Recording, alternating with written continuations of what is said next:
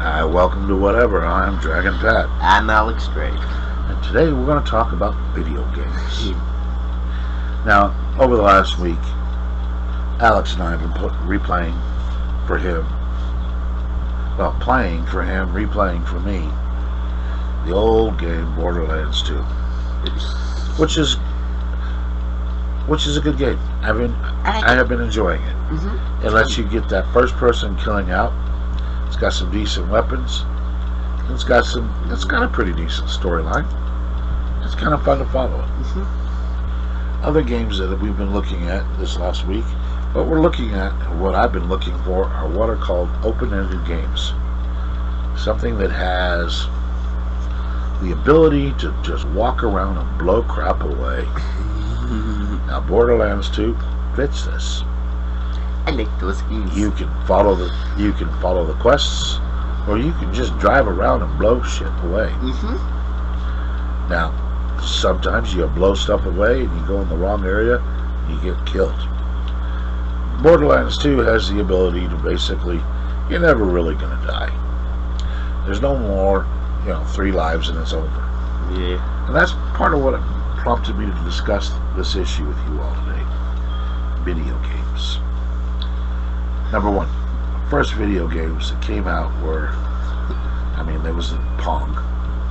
Basically, tennis on your computer or your console. Then you got the old stand machines, which I love those old machines.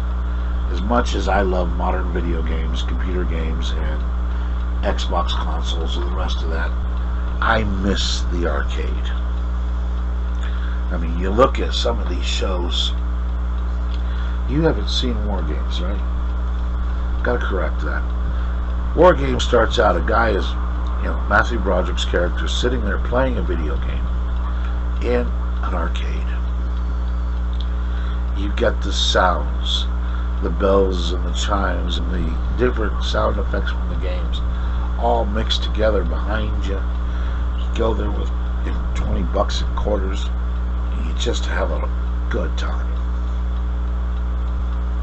You play one person or two person and it's fun.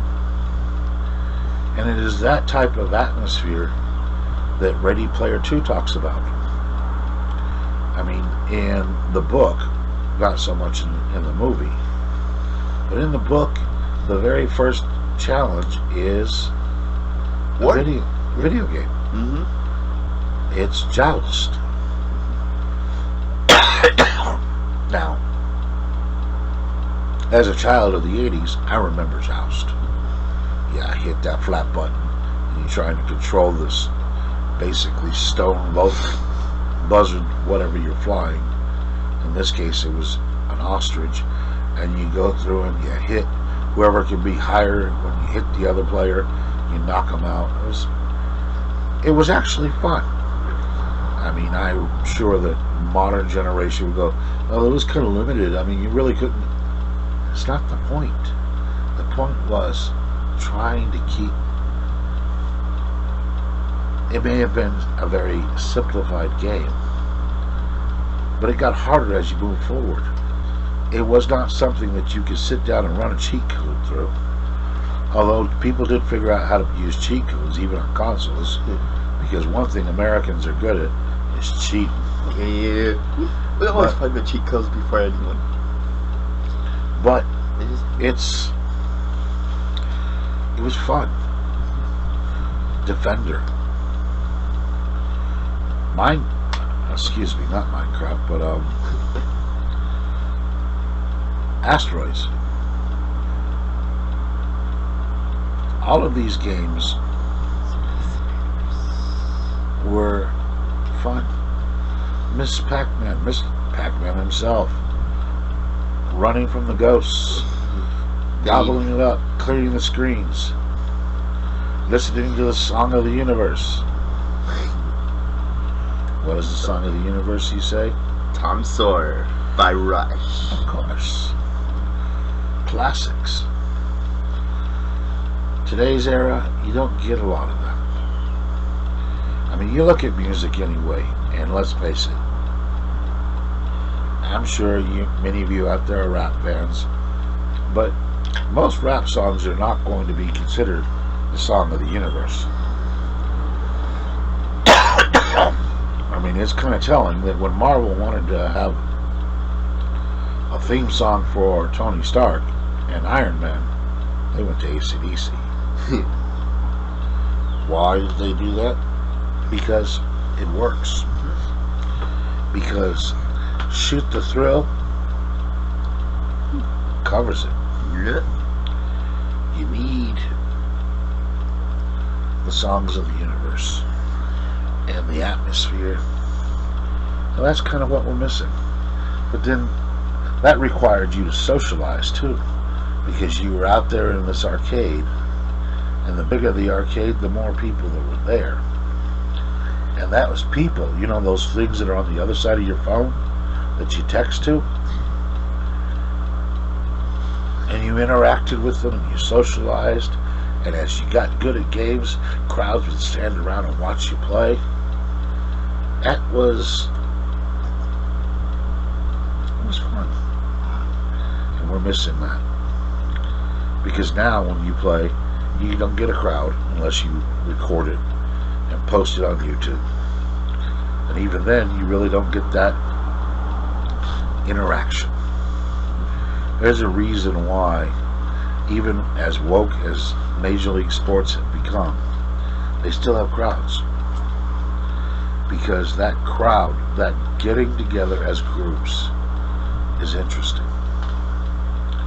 It's what makes things fun. And that's kind of what we're missing in today's life. Is things that will bring us together as a crowd, as a group, to have fun. Now, I'm not saying the modern video games suck. No, far from it. I just miss the crowds. I miss the crowds of people, the interaction, the social life that came from the games. And it would be nice to have it back, but I don't see how. Because I sure don't want it to go down to a quarter a pop. Not again. I like not having to pay a quarter to live. I also like the fact that, unlike before, where you had 3 lives before, now you have unlimited lives. You just keep on going. At least there's still providing you got money. Well, however you play your video games, I hope you guys are out there having a good time doing it. Yeah. Find a way to socialize with others to play those games. Get on the message boards. Get on the forums. Talk to others. Enjoy yourselves. Make your video game a social experiment again. A socializing way to have fun. You want to socialize? Put comments down below. He'll read them. That's his job. Yeah. This has been whatever the topic has been, video games. We hope you've enjoyed it. If you've enjoyed it, hit the like button. Please subscribe. It's a great way to support this channel. If you'd like to support us directly, you can go through this platform and actually send us some money. Money helps. We will be posting a Bitcoin link shortly so that you can donate that way. However you choose to help us, we appreciate it. And you guys have a great week out there. And remember, go kill something. It'll make you feel better. Yeah, kill some psychos. Thank you.